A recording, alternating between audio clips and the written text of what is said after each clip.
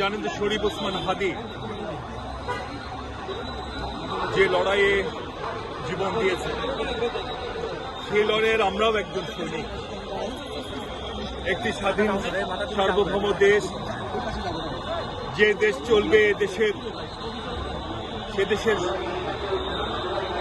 কোটি কোটি মানুষের রায়ের ভিত্তিতে, সেই দেশ বিগত 15-16টি বছর পরিচালিত হয়েছে একটি পুতুল সরকারের মাধ্যমে, একটি আধিপত্যবাদী শক্তির নির্দেশ মতো ইশারায় 15-16টি বছর এই দেশটি একটি আধিপত্যবাদী শক্তির রাডারের মধ্যে থেকে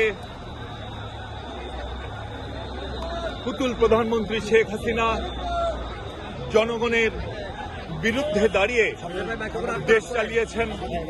জনগণ তার ভোটাধিকার হারিয়েছিল, জনগণ তার সকল মৌলিক অধিকার সমূহ হারিয়েছে।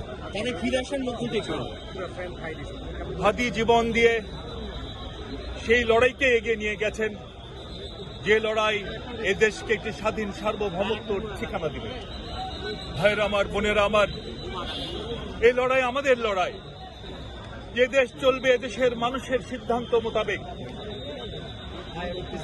এদেশ নিজের পায়ে দাঁড়াবে।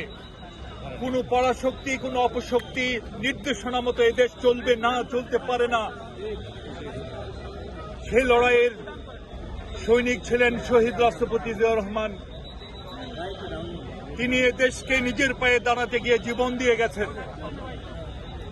আজকেও আমরা দেখি হাদীকে জীবন দিতে হয় এই লড়াইকে এগিয়ে নিয়ে যাওয়ার জন্য। হাদী আমাদের ভাই, হাদীর লড়াই আমাদের লড়াই, এক লড়াই। সেই লড়াই হচ্ছে এ দেশ পৃথিবীর বুকে নিজের পায়ে দাঁড়াবে, কারো আঙ্গুলি হেলেন এ দেশ চলবে না।